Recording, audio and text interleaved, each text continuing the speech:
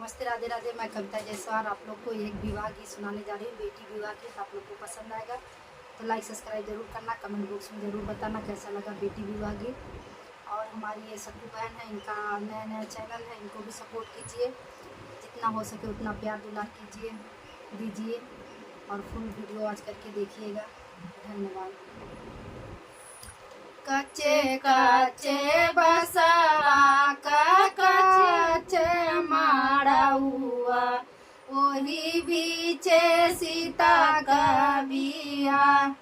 कच्चे कच्चे बसवा का कच्चे माड़ुआ, ओही बीचे सीता का बिया।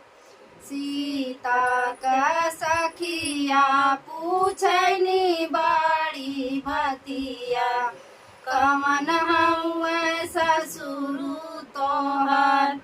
सीता का सखिया पूछनी बड़ी भतिया, कवन हउए ससुर तोहर।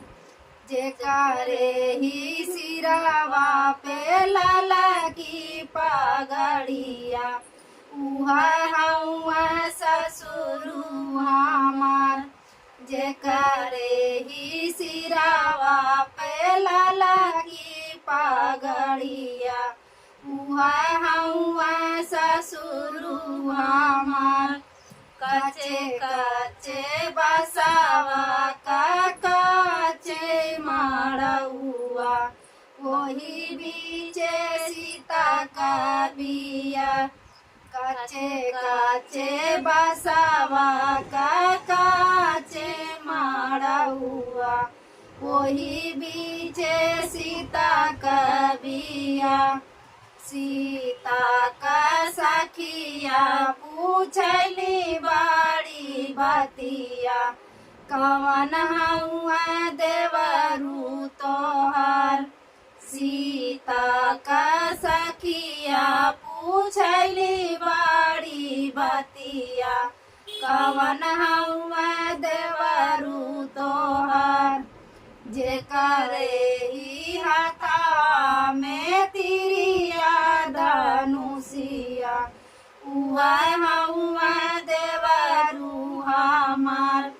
जेकरे ही हाथावा में तिरिया धनुषिया, उहा हउआ देवरू हमार। कच्चे कच्चे बसवा का कच्चे माड़ुआ, ओही बीचे सीता का बिया।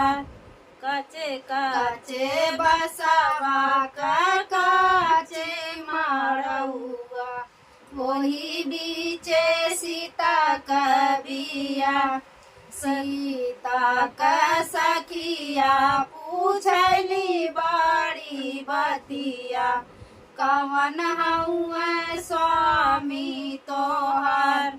सीता का सखिया पूछली बड़ी भतिया, कवन हउआ स्वामी तोहर।